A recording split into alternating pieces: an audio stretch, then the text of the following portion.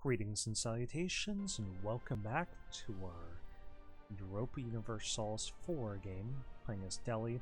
We're doing a beginner's walkthrough of how to play, where we're explaining all of the decisions and all of the mechanics as they become relevant. And we're now... Oh, so here is the birth of colonialism that we've long expected. A little bit behind schedule, and let's see where it spawned. So we can go to our main country view, to the technology tab, and show the institutions. Third one is colonialism. It spawned in Cornwall, which is in southwestern England.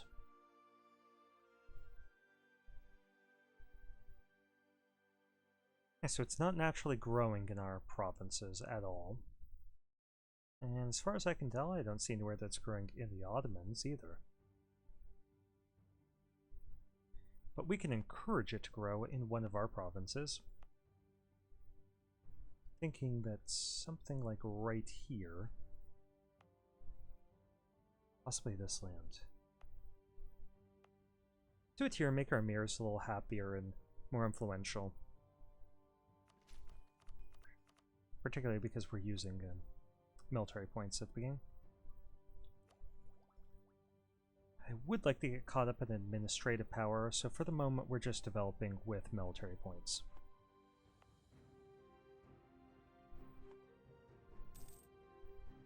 And this place has a nice barracks, so it's producing for us almost 5,000 men per year. But we can't develop this further without developing some of the other stuff. Because now the manpower is higher than the production and the base tax put together. So we want 306 ducats or 50 administrative power. We want the administrative power.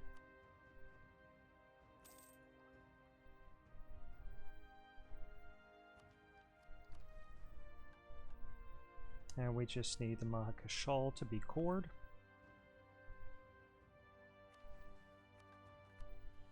And it's almost 80% of the way done, so by November we should be able to transform our nation into Hindustan. And that will have some cool effects we'll go over.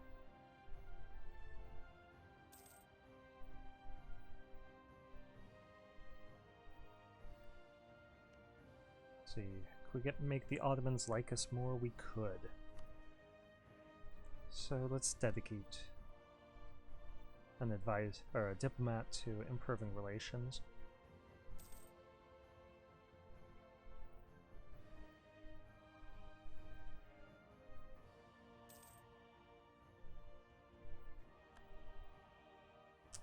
I don't think I've formed Hindustan in quite some time. I've formed the Mughals and I've formed Bharat. And back in the day when there were different rules for forming nations, I had a Hindu nation formed Hindustan, but now they've added, probably a year or something ago, they added in Bharat for the formable nation for Hindu Indians.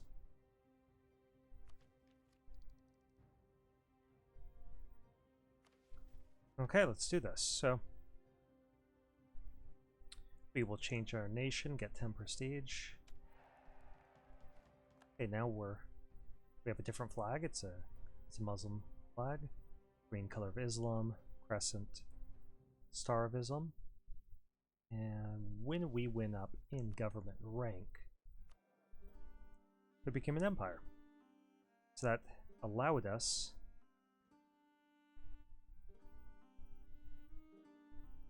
to have... Well, we could set a focus, like go through this step by step, all the different things that it changes. So if we're not getting one kind of monarch point in the numbers that we want, as long as you have the right downloadable content, you could set a focus that gives you 2 extra monarch points in that category, but 1 fewer in the other 2 categories. So it sort of shifts them around. But you're stuck with that decision for a set number of years. I think the base is 25 years. However, as an empire, as a kingdom, that reduces by 5, so it's once every 20 years. And for us, as an empire, it's once every 15 years we can change. We're allowed a greater number of states. I think it was +5 for being a kingdom. Now that we're an empire, we're allowed another +5. And I think it gave us an additional leader, that, like a general, that we can support. Plus, we've become accepting of all cultures within this Hindustani group. So Kashmiris, Punjabis, Hinvi, Awadhi. And that doesn't take up any of our promoted cultures. So only the Rajput and Sindhi take up our slots. So we can now take Gujarati or Bihari, whichever one we would prefer.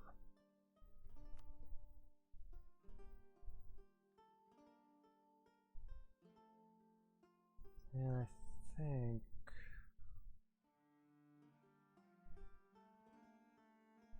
let's go for Gujarati for now. I don't know if there's a stronger decision here. We'll pick up another Bihari province, but we'll also pick up another Gujarati province. So it seems to be equal. We could add some more states, so let's go ahead and look at these states if possible. Okay, this looks like a good area. We'll add that in. It should be all of those provinces. Nice. Let's go ahead and get this area added in.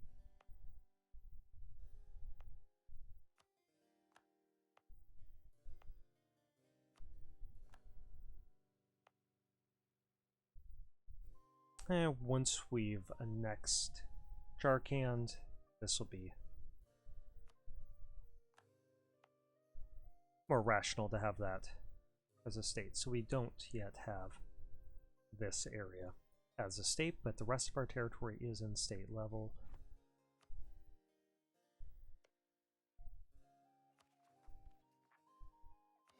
Let's go ahead and get that all as full cores for the sake of our tax base and all that. Making 6 ducats. Let's see how that goes up, if it does. Yeah, just a little bit. And now we've got all sorts of claims that we can press. We can build a larger army.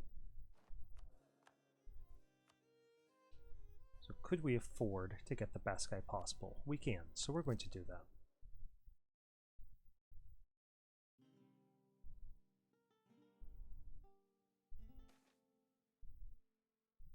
The emirs have lost some influence, that's fine.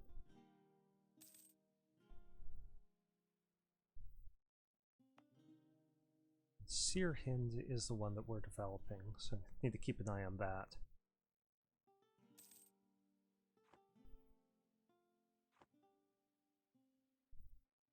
Okay, so Nepal likes us, but we have claims on 4 of their 5 provinces.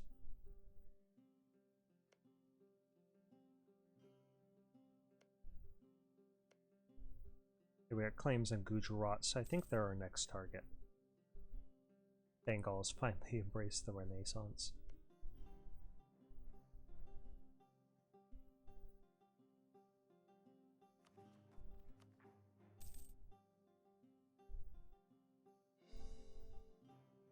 As has Gujarat.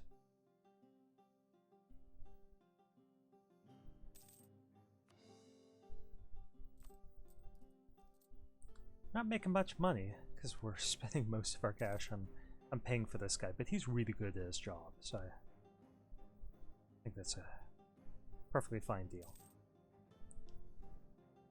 And we can invade Gujarat December of next year. Oh, we put down all of our rebels, so let's just send these troops over to the border. And permanent claims work differently than other claims. For one, as their name indicates, they are permanent. They do not expire. So we will always have these claims unless we somehow choose to drop them or we're forced to drop them in a peace deal. The normal claims take 10% off of... Okay, Bengal is attacking Assam, bring us into a war with Nepal, Tripura, Andhra. Let's accept. And let's indicate to him, their diplomatic feedback, that we have an interest in these two provinces.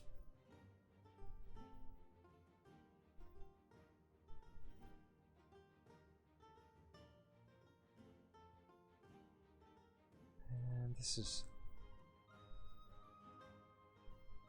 Andhra down there, but it's already been claimed by one of our allies, so we can't claim it.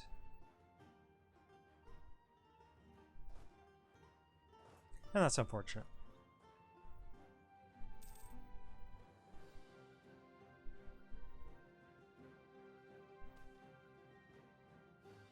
Okay, so for the next 10 years, we will have an extra possible advisor in each category.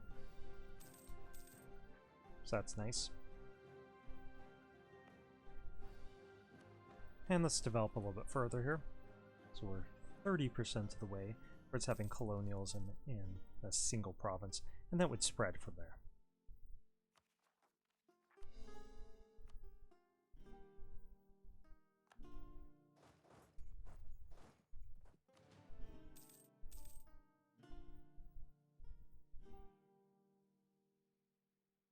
And I bear hope that they give us some of this stuff in the peace deal, because now we have an incentive to break our alliance with them.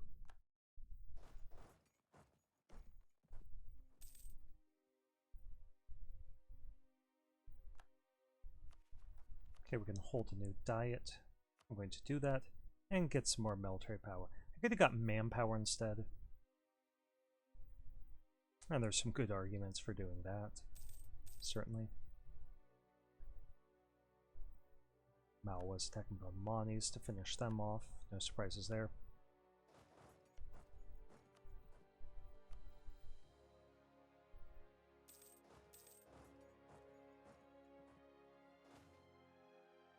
Okay, so our merchants are worried about the lack of protection, so we can tell them to deal with it, and they lose some trade efficiency and trade range for the next 6 months, or we could give up 25 diplomatic power to get mercantilism. I'm going to do this because mercantilism is a permanent bonus. And what it does is we can go to our main country view and go to trade, and it tells us mercantilism. Our current mercantilism is 11, and that adds 22% to our provincial trade.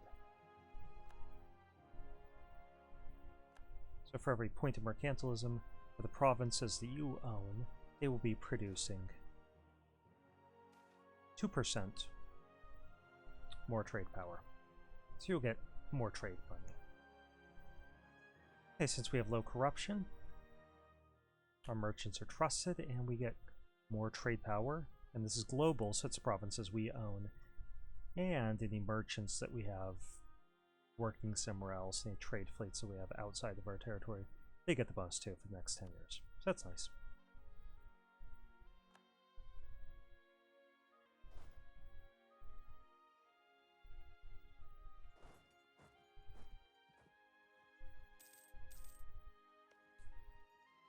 Bhutan, we don't have a claim on. This stuff we do.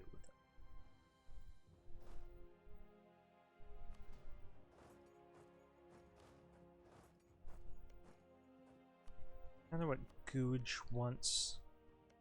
I'm gonna try giving them some territory and see if Bengal will give it to them in the peace deal. Okay, so Nepal did give us these 2 provinces.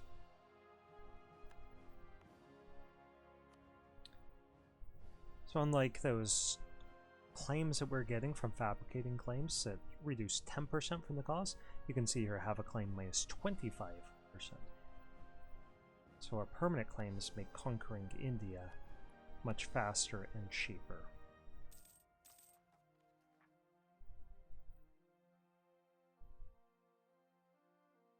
But for now, our main limitation is going to be manpower.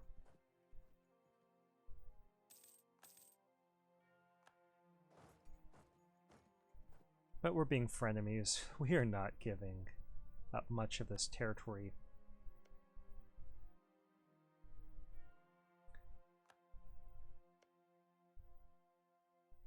To Bengal.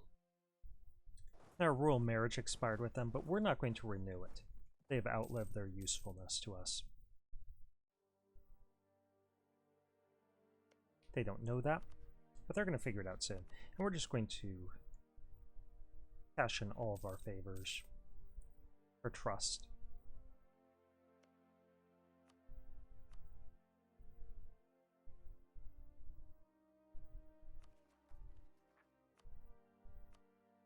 And spend a little bit more money on manpower buildings.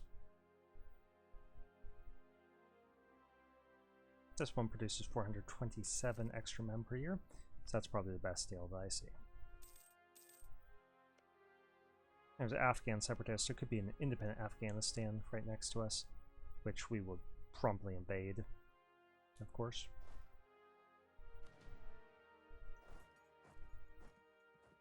Because invasions of Afghanistan always work out.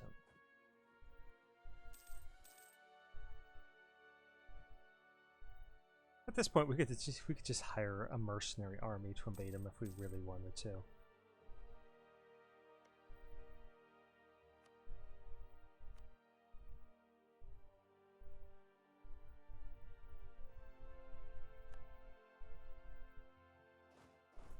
Okay, we've got their army cornered here. It's hills, that's not ideal terrain for the fight. But they're cornered, so we'll wipe them out. That shouldn't be much of a problem.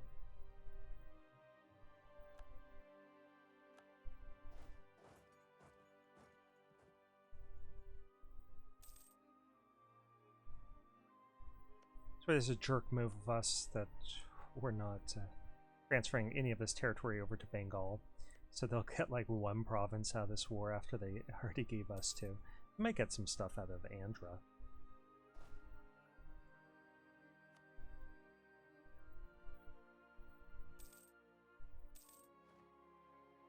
Yeah, they got upset over it. They just took those two provinces. And some money.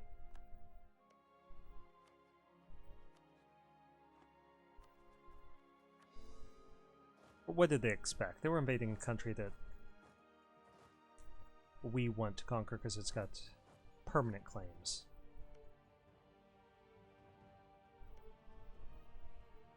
And they allied Malwa. So, they should expect that our relations are not going to remain very good for very long. So we can gain piety or lose piety when we gain piety.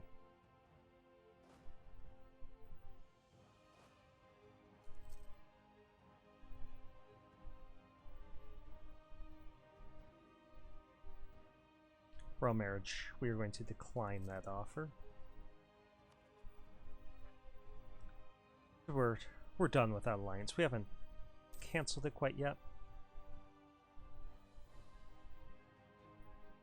Actually, we should.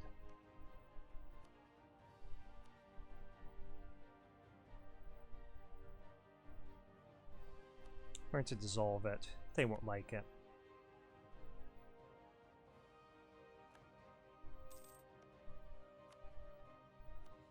And we're going to invade Gujarat. Don't really have the manpower for an invasion. I don't think they'll be able to hold out long. I'll leave a couple guys there. A couple guys and our cannons.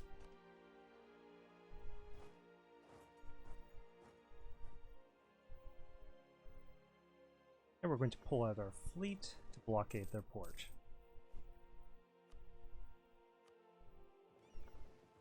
We can actually get another big ship, so we're going to start producing that. And we could see, yeah, there's no modifier from naval blockade. Let's see if we pull our ships into port. So yeah, see, here's where we see it. I was talking about that before. Since it is a coastal province, and we're not blockading it, they can get supplies by sea, so we have a -2 penalty to all of our rolls. So our siege modifier here is just 3. We pull these ships out to blockade it. We can see it's now. It's 6. 3 from, or 2 from the blockade, and then something else happened in the meantime. It was unrelated. I'm going to check on the recording, seems to be working well, so we're going to carry on. I know I'm a little obsessive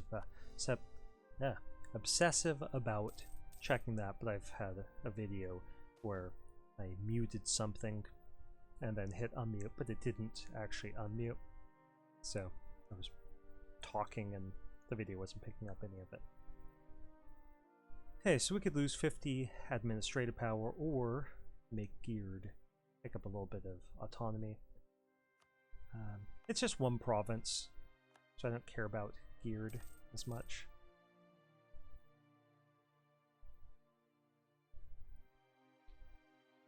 The administrative power could be put towards the good of our nation overall.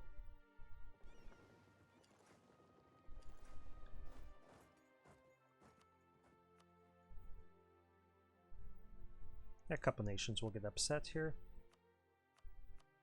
Let's force them to give up all of their cores. The reason why we're doing this is that we get a little bit of prestige for it.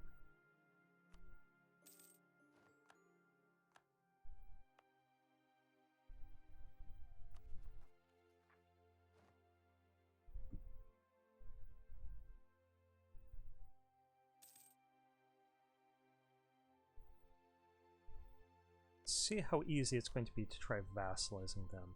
-12, so let's proclaim a guarantee over them. And let's build up our trust a little higher.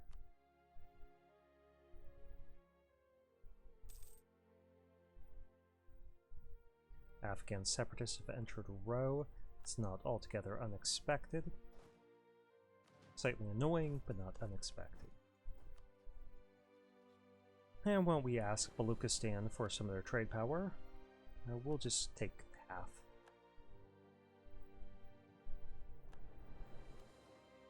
Is there anything that we could do to make it easier to vassalize them? Well, we could hire this advisor to increase our diplomatic reputation. That would certainly help. And then if we could get up here to this idea, that would help.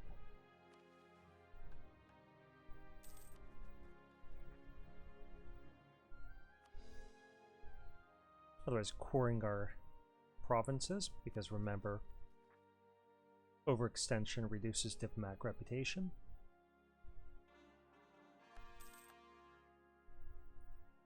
And if we look at vassalization here, we try to vassalize them. It compares our trust.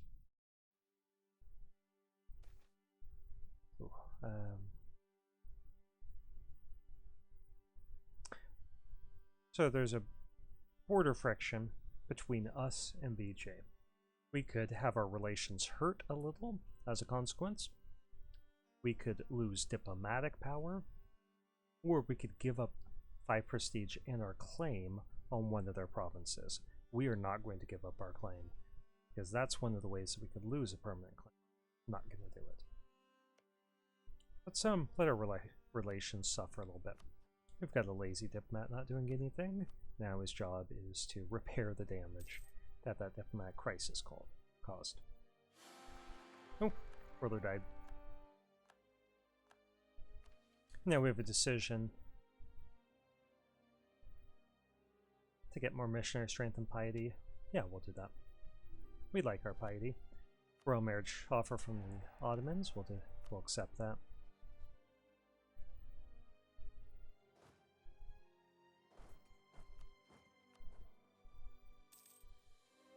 And we do have a male heir who's just slightly below average. If he gets a nice personality trait, then he could be a good ruler. I mean, right now I could settle for average. Enough is going right in our country that I don't have to fret over one thing not being ideal.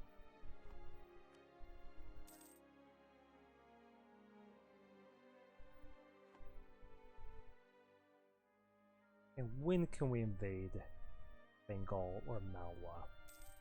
4 years.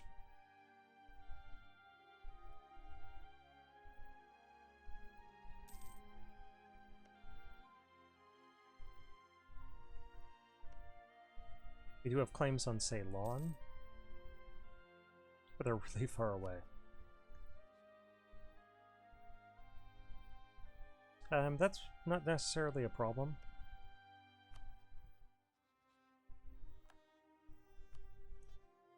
Let's actually ask VJ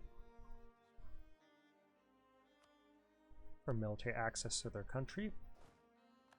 And we're going to march down to Vanni and pull our fleet down here to blockade the port of Kota. Okay, who are their allies? Malabar.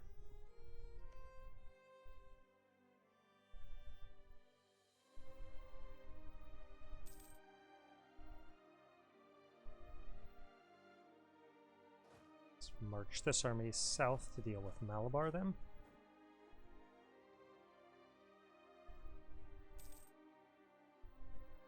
Malabar's army is fighting in Mysore from the looks of it. Yeah, cool elephant flag. So I feel bad about beating them up, but you gotta do what you gotta do. So we have claims on them that we can press because they are in the Indian region. So let's invade.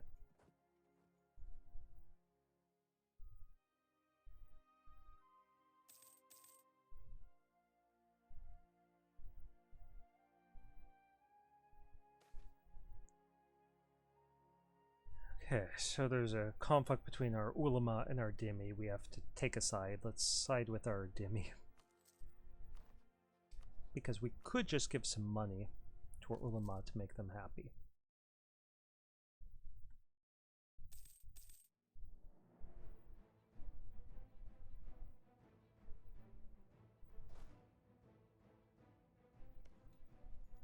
Okay, we only need 3,000 troops there, so I'm going to send most of our forces over here to kill Ceylon's army. Because they're kind of annoying me with all that movement back and forth. And that's valid grounds for killing somebody. Valid grounds for murder.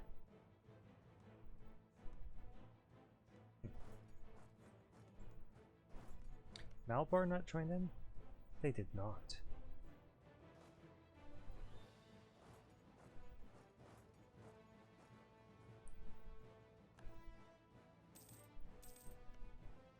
And we have a truce right now with Andhra, so we can't attack them. They're also allied to VJ, so that would be a barrier. Our ships are getting a little beat up down here because they're so far away from one of our ports. And now that we've captured a port down here, we can repair them.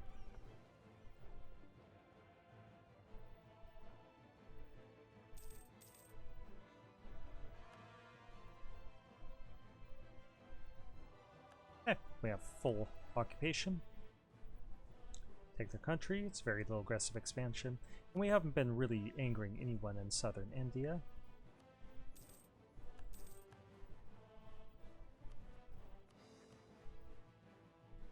Now we could fabricate claims on the Maldives. We'll take a look at that in a second. We're just going to start building up a spy network here that we can invade by sea. Okay, golden era for culture. So we could get a 5 prestige, or we could use peace and prosperity in our country to recruit a cheaper advisor in our country, level 2 artist. Then, well, we've already got the guy we want. We can afford level 3, so we're going to stick with them. So we're just going to take the prestige.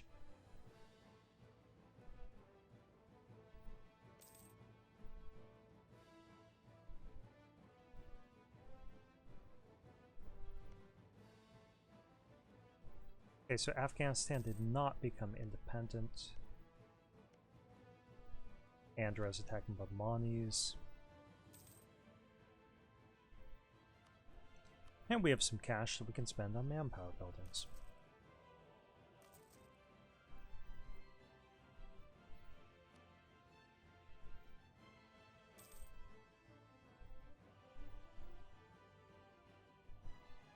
Their power projection is dropping because we can't really find anyone to rival. I guess we could beat up on the Timurids. We just don't really have the manpower. Let's get a sense of how big the Timurid army is. They have 30,000 men. I want to see how long our video's been going on. 30 minutes. We're going to stop here and pick up a new one.